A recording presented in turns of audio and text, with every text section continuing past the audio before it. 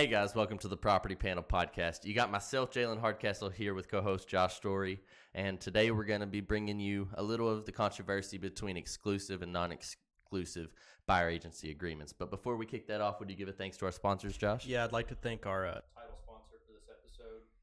Big shout out to Collier Title Company. If you need deed prep, title work, closings, and more, they're located in Brandenburg, E-Town, and Louisville. You can call them at 270-763-6589.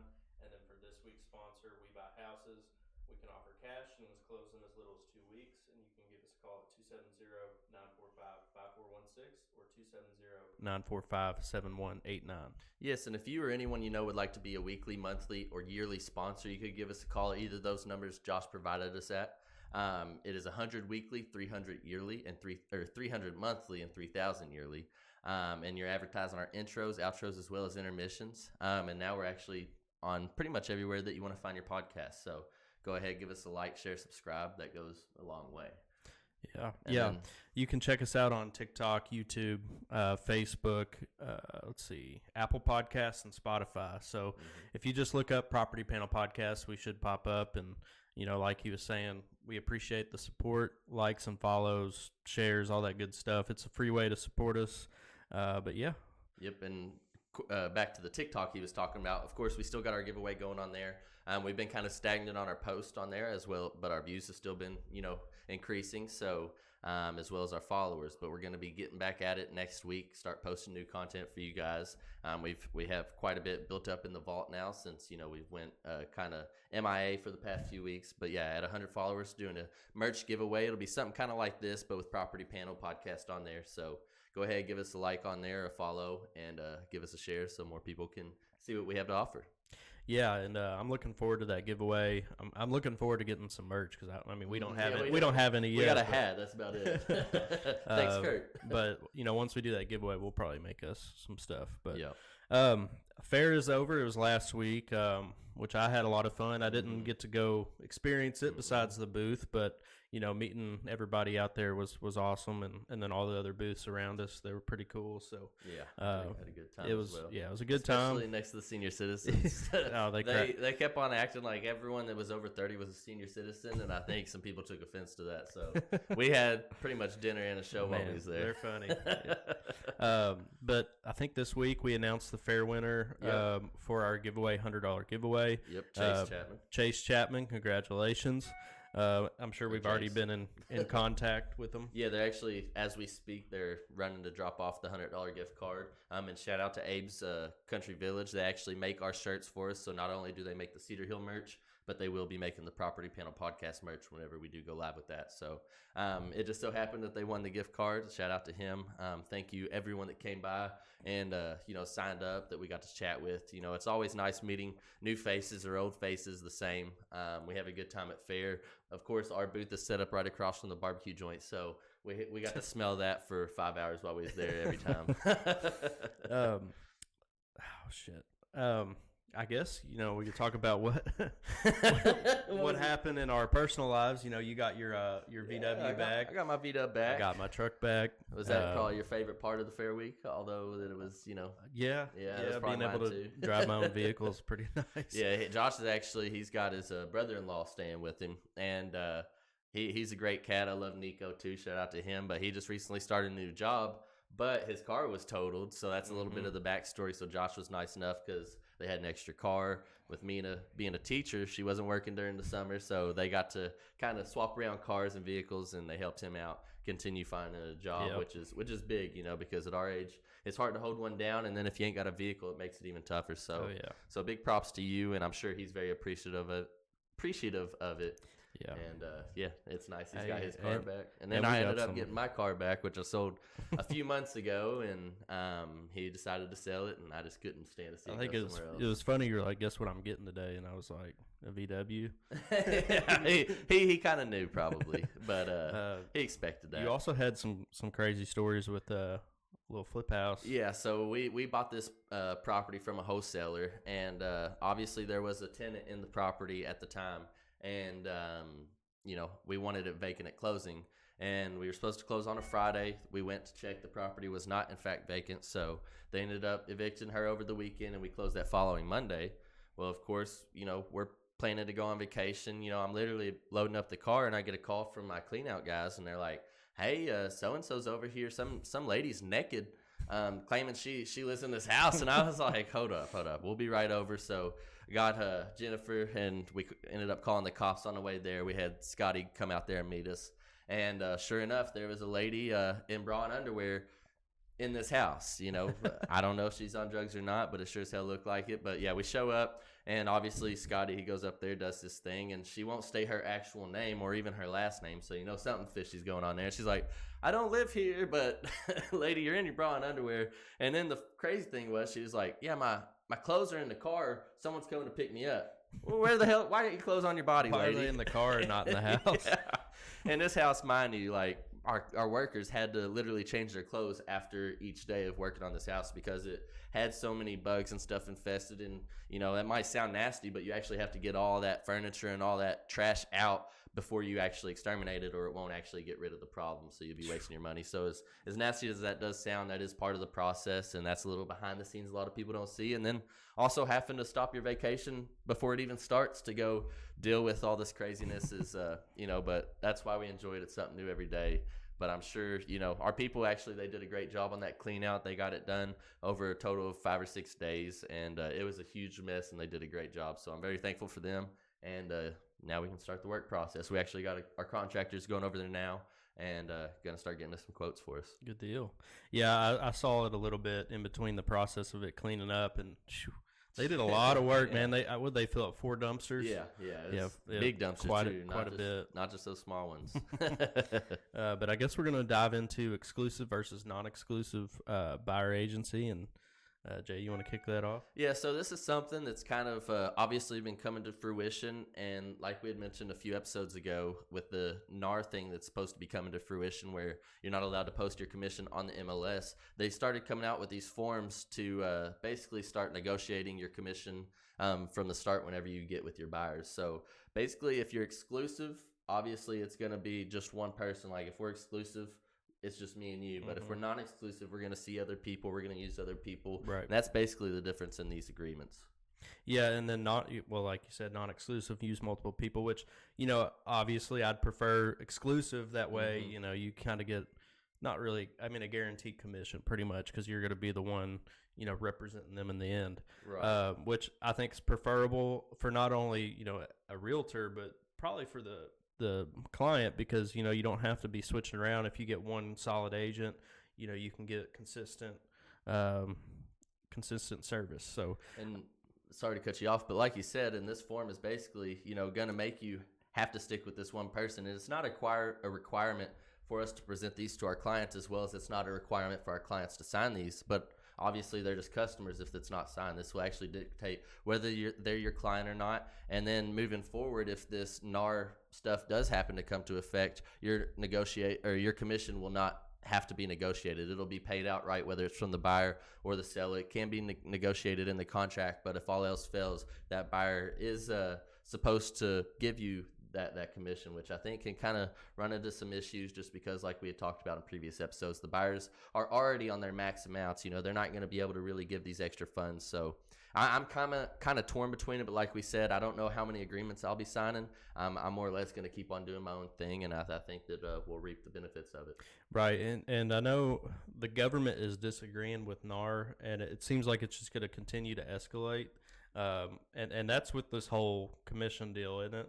Yeah, so basically the first people to kind of take a step was the Colorado Association of Realtors. So the difference between the Colorado, like any of the Association of Realtors, even like HCAR or Flex that we're a part of here in Kentucky, those are all trade organizations, whereas NARD is your code of ethics. It's not necessarily a trade organization. Right. And the head of state basically is going against the state government official, which is the law. So basically the law and these organizations are fighting, and basically what NAR is trying to get you to do, the government's not agreeing with it in Colorado at the moment. So there is risk in mandating these buyer agreements, because if you take someone to court on these behalfs, but and then the law is dictating something else, it's kind of up in the air how these are going to get played out in court. But yeah, and it's supposed to come into effect August 17th. Do you think that still the case, or they're going to postpone it? This we'll see. I don't know if it's actually going to come into effect. I think it's gonna, you know, it's been pushed back, and I think it'll be pushed back again. And like, I don't want to get it confused. This isn't necessarily the documents we're talking about are not the NAR regulations that they're putting in place, but these documents are put in place because of that decision. Right. So we're going ahead and start getting practice on them. And like I said, right now it's not a requirement for us or for our customers, but at the same time, we do want to be promised our commission. We don't want to work for free. And, you know, like I said, we're going to have to find ways around this. It might have to be added into closing costs, where I think right now we're at like a 3.5 to 5% cap. So, you know, at $100,000, you can only give them $3,500 to $5,000, you know. That's not enough to cover commission when your commission is $3,000 as well, you know? Right. And I don't know, you know, what agent would work for free, you know, because it's not like we get an hourly pay or like a salary or anything. So, you know, this is where our money's made. It's what drives us to create good service and to be good realtors. So, you know, I think part of this law kind of does dampen on that, but as long as you're, you know, doing your due diligence, I think you should be able to protect yourself and get your money. I kind of like to think of it as like an insurance document, you know. Right. Basically, if you want to work with someone else, I'm not going to hold you accountable, and you're not going to have to pay me. You know, if you go and find another house without me, I should have been working harder, honestly. You know, right. I've had even instances where today, you know, still before these are put in place, that we have these exclusive buyer agreements that are not as in depth as these ones. And I don't have one to show you today. We might show you next week, but I just go ahead and let them go. I'm not going to fight it, because if someone doesn't want to use me, they shouldn't be held accountable. But I guarantee you, if you are working with me and you've worked with someone else, you're probably likely to stay with me, because I guarantee you, you know, not to toot our own horn, but me and Josh can give you just as good, if not better, service than those that you've tried before. And this requirement makes them work with someone that they might not want to. Yeah, they might have kicked it off on the first, you know, showing or whatnot, but, you know, a couple showings down the road, right. or one under contract, and they still got to work with these guys after they realize how this agent does business and they don't agree with it, they should be able to move on to someone else. Yeah, you know, the buyer's not required to sign it either, but, you know, there are laws that conflict with the policy. But, you know, I don't know if it's a good move in general for this to happen. I think that's why there's so much kind of feedback and it keeps getting delayed. It's because they don't really know what to do with it. But, you know, we just kind of got to prepare ourselves and get ready for this change and stay on top of it. Yeah, and then there comes down to another thing. So, like, do we really push this agenda, us as realtors? And I don't think that it would – I know this is kind of a political standpoint, but I don't think that a politician is necessarily going to put this on their front burner and this is what they're going to run for. So us as, you know, the consumers need to make ahead and take a charge for this ourselves. And we're not required to be NAR members is kind of what I'm getting at. I know that we all are a part of it because we do stand by code of ethics, but at the same time, if NAR is going to be putting these requirements in place that ultimately will hinder our code of ethics in a sense, if I'm going to make someone stick with me that doesn't want to, I feel like that should, you know, infringe on the code of ethics of how we should do business, you know, and I don't want someone to have to stay with me if they do not want to. Right. And are there other like groups like NAR, or is NAR kind of the only one? It's the national. So it's on the national level. It's the National Association of Realtors. So you can be a real estate agent, but you're not a realtor unless you're associated with the National Association of Realtors. So gotcha. That's where the difference comes into play, which you don't really see a lot of real estate agents that aren't realtors, especially in our day-to-day, but there are agents out there that are like that, and they might not have to be dealing with some of the stress that other realtors are dealing with at this time. Yeah, I think, you know, NAR overall is a good thing, though, because it does set that code of ethics. It kind of gives us guidelines on how to, you know, create good service, and they also give, you know, supply classes and stuff like that to educate.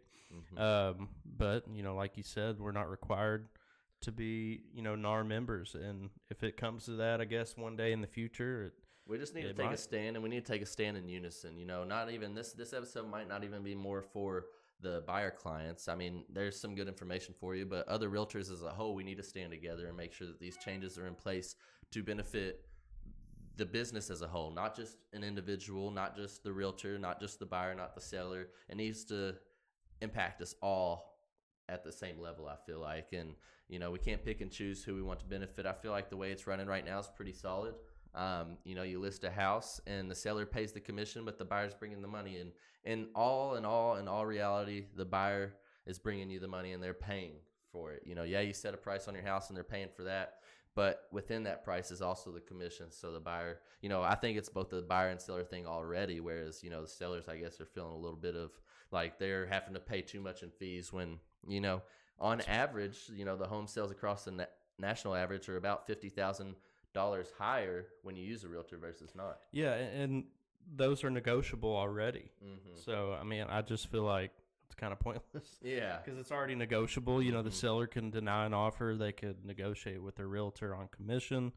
Really the seller dictates how it goes. And, it does come out of their proceeds. But like you said, the buyer is the one providing those proceeds. So it's already kind of split. And there's other ways to do it too. I mean, you could write in the contract, right? Maybe buyer to split commission. That's what the other provisions are, and I've actually seen more agents since we've heard about that NAR coming into effect, where they've been writing in that buyer commission to be, paid by seller, or buyer commission to be the same as listing agent commission paid by seller. So I have been seeing those being written in contracts. But all in all, I think it's just tough to be a broker right now because obviously laws are going to take precedent. And I think I could really see this thing reaching the Supreme Court. Yeah, I wouldn't be surprised. I mean, it continues to kind of get escalated anyway. And it's a big deal. I mean, it's national real estate. It affects the whole country. So, there's going to be a lot of people that, are against it or for it, and I think there's going to be a lot of back and forth, and like you said, I think it could end up in a Supreme Court or a state court at least, and I guess we'll see.